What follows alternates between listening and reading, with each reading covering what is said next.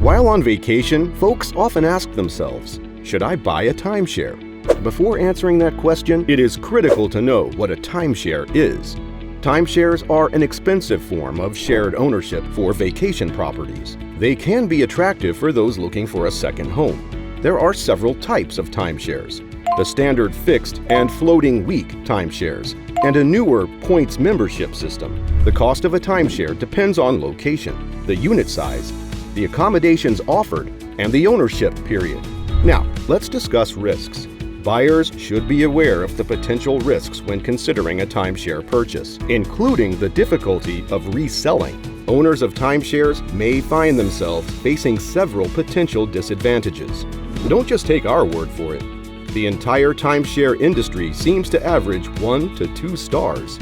If you're entangled in timeshare troubles, getting rid of a timeshare can be daunting, but there might be a solution. Contact Wesley Financial Group today for a free consultation.